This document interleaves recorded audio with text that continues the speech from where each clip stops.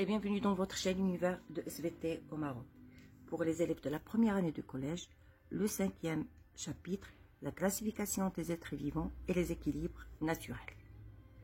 La deuxième séquence, la classification des animaux. إذا بالنسبة لتلاميذ السنة الأولى إعدادي الدرس الخامس المقطع الثاني تصنيف الحيوانات. Très bien, alors on commence par je pose le problème. Dans un milieu de vie, les animaux sont nombreux et différents. إذا في الأوساط العيش نجد حيوانات اللي هي مختلفة. On constate aussi une grande diversité.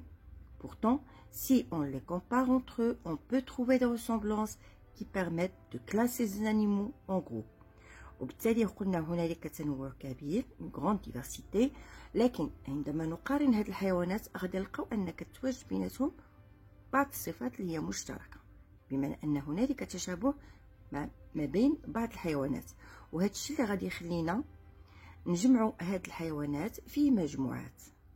La première question, quels caractères communs permettent de regrouper les animaux؟ اذا غادي نشوفوا هاد الخصائص المشتركة اللي غادي تمكننا أننا نجمعوا هاد الحيوانات في مجموعات. Comment utiliser leur ressemblance pour les classer وكيفاش نقدروا نستعملوا هاد التشابه اللي كاين ما بين هاد الحيوانات باش نقدروا نجمعوهم أو نصنفوهم. Alors, je commence par la première activité.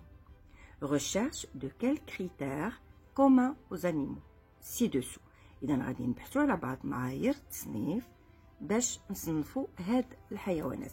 عطينا مجموعه من الحيوانات، هاد الحيوانات بطبيعه الحال هي حيوانات مختلفه، غادي نحاولوا نصنفوها كل نوع في المجموعه ديالو. اذا كما شرحت لكم في الحصه الماضيه غادي نعتمدوا على لي كريتير دو كلاسيفيكاسيون pour classer ces différents animaux. Et comme toujours, on commence par règne animal. دونك غادي نبداو دائما من الانطلاقه غاني انيمال مملكه الحيوانات. اذا غادي ناخذ لو بروميير دوكيومون لو بروميير اكزامبل سي لا غرنouille. Alors la grenouille et je vais voir les critères de classification de cette grenouille. Alors la grenouille appartient au règne animal. Alors كما كتلاحظوا هنا غادي نمرر مباشره la clé de détermination des animaux liée مفتاح التسمية. Alors, la grenouille appartient au règne animal. C'est un animal pluricellulaire. C'est un animal qui possède une colonne vertébrale. Donc, je dis que c'est un animal avec une colonne vertébrale. C'est un vertébré. Alors, ملي كنوصل للvertébré, on a différents critères. Alors, on dit la peau porte des poils, la femelle possède des mamelles, non. La peau porte des plumes, non. La peau porte des écailles soudées, non plus. La peau est nue. Donc, il y a la caractéristique qui est à la grenouille. Donc, je dis la peau est nue, donc cet animal appartient aux amphibiens. Très bien, alors je passe au deuxième exemple. Le document 2, c'est l'escargot. Alors, l'escargot, lui aussi, appartient au règne animal. Alors, qu'on voit ici. Bon. Appartient au règne animal. C'est un animal pluricellulaire. Après, c'est un animal sans colonne vertébrale. Donc, c'est un invertébré. Alors, là, غادي يكون عندي يا إما le corps est enfermé dans une carapace plus ou moins dure et porte des pattes articulées, et ça c'est pas le cas. Alors le corps est mou. Oui, donc on sait très bien que le corps de l'escargot est mou. Donc غادي ندوز لهاد les deux flèches. Donc soit on a le corps possède généralement une coquille, ou bien le corps est allongé et il n'a pas de coquille. Bien sûr, c'est le premier cas. Le corps possède généralement une coquille. Donc, c'est un mollusque. Donc, l'escargot est un mollusque. Alors, il me reste les trois choix. Est-ce que la coquille a deux valves branchies lamelleuses? Est-ce qu'il a une seule coquille, généralement spiralé ou bien pieds découpés en tentacules entourant la tête. Donc, l'escargot possède une seule coquille, généralement spiralée. Donc, c'est un gastéropode. Donc, je classe cet animal dans le groupe des gastéropodes. Très bien, et je passe à l'exemple suivant. Donc, le troisième exemple, c'est le serpent. Donc, je vais faire la même chose. Appartient au règne animal. C'est un animal pluricellulaire avec colonne vertébrale, donc c'est un vertébré. Après, alors ici, j'ai le corps qui porte des écailles, mais des écailles soudées. إذا قلنا هو يتوفر على حراشف اللي هي ملتحمة. Donc, la peau porte des écailles soudées, donc c'est un reptile. إذا من الزواحف, des reptiles. Très bien, alors je passe à l'exemple suivant.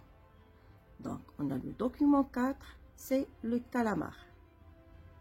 Alors, calamar, il appartient au règne animal.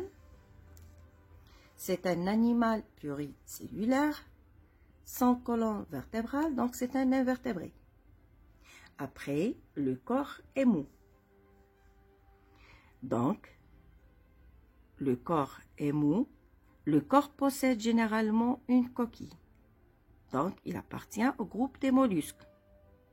Alors, entre parenthèses, la coquille se trouve à l'intérieur du corps et non pas à l'extérieur. Donc, j'ai dit que il appartient aux mollusques. Après, on a les pieds découpés en tentacules entourant la tête. Et c'est un céphalopode. Donc, on voit ici, il a des tentacules qui entourent sa tête. C'est pourquoi on l'appelle un céphalopode. Céphalo, c'est tête, pode, c'est pied. Très bien. Après, je passe à l'exemple suivant. Crocodile. Alors, le crocodile, il appartient au règne animal. C'est un animal pluricellulaire. C'est un animal avec colonne vertébrale, donc c'est un vertébré. La même chose, la peau porte des écailles soudées, donc c'est un reptile. Alors, je passe à l'exemple suivant, le chat. Donc, le chat, alors, la même chose, appartient au règne animal. C'est un animal pluricellulaire, animal avec colonne vertébrale, donc c'est un vertébré. Alors, la peau porte des poils, la femelle possède des mamelles, donc on le classe parmi les mammifères. Je passe à l'exemple suivant. Alors, guêpe. Alors, les guêpes, toujours règne animal, c'est un animal pluricellulaire, sans colonne vertébrale, c'est un invertébré. Alors, le corps est enfermé dans une carapace plus ou moins dure et porte des pattes articulées. Alors, c'est un arthropode. Après, une paire d'antennes, 3 paires de pattes, donc c'est un insecte. Très bien, alors, je passe à l'exemple suivant. Alors, ici, j'ai un oiseau. Donc, oiseau, la même chose, appartient au règne animal. C'est un animal pluricellulaire avec colonne vertébrale, donc c'est un vertébré. La peau porte des plumes, c'est un oiseau. Donc, on a le groupe des oiseaux. Après, poisson. Alors, la même chose. Alors, appartient au règne animal. C'est un animal pluricellulaire avec colonne vertébrale, donc c'est un vertébré. Après, j'ai la peau porte des écailles non soudées, donc c'est un poisson. L'exemple suivant, c'est l'araignée. Alors, l'araignée, toujours, règne animal, animal sans colonne vertébrale. Le corps est enfermé dans une carapace plus ou moins dure et porte des pattes articulées. c'est un arthropode. On a l'absence d'antenne, la présence de 4 paires de pattes, donc il appartient au groupe des arachnides. Après, je passe à l'exemple suivant, scolopendre. Donc, scolopendre, je passe aux clés de détermination. Donc, appartient au règne animal. C'est un animal pluricellulaire. Animal sans colonne vertébrale. C'est un invertébré. La ferrate. Après, le corps est enfermé. Alors, j'ai dit que le corps est enfermé dans une carapace mince. Les pattes sont articulées et il a plus de 3 paires. Donc, il a une paire d'antennes. On les appelle les myriapodes. Très bien. Après, je passe à l'exemple suivant. Alors, c'est le ver de terre. On l'appelle aussi le lombric. Toujours, il appartient au règne animal, toujours animal pluricellulaire, sans colonne vertébrale, invertébré. Le corps est mou. Alors, je passe. Le corps est allongé. Il n'a pas de coquille. Il n'appartient pas aux mollusques. Donc, il appartient au groupe des vers. Il voit le lombric. Très bien. Après, je passe au crabe.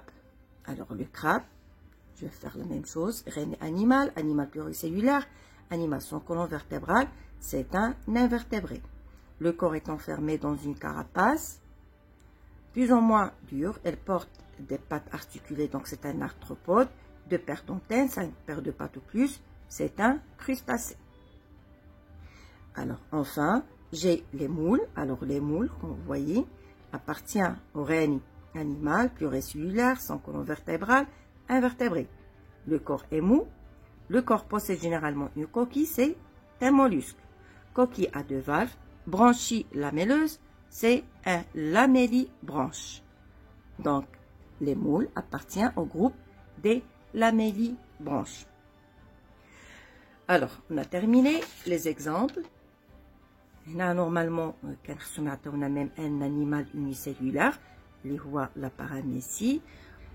Enfin, j'ai dit que les animaux, on peut les regrouper en 14 groupes qui sont les protozoaires, ce sont les animaux unicellulaires, les vers, les mollusques lamellibranches, les mollusques gastéropodes, les mollusques céphalopodes, les crustacés, arthropodes, les insectes, ce sont aussi des arthropodes, les myriapodes, des arthropodes, les arachnides, des arthropodes, les poissons, les amphibiens, les reptiles, les oiseaux et les mammifères. Il faut aussi apprendre la définition de clé de détermination. C'est un outil permettant de classer un animal ou un végétal à partir de certains critères morphologiques. Et protozoaire, c'est un micro-organisme animal unicellulaire, ça veut dire constitué par une seule cellule. Alors, merci pour votre attention et à la séance prochaine.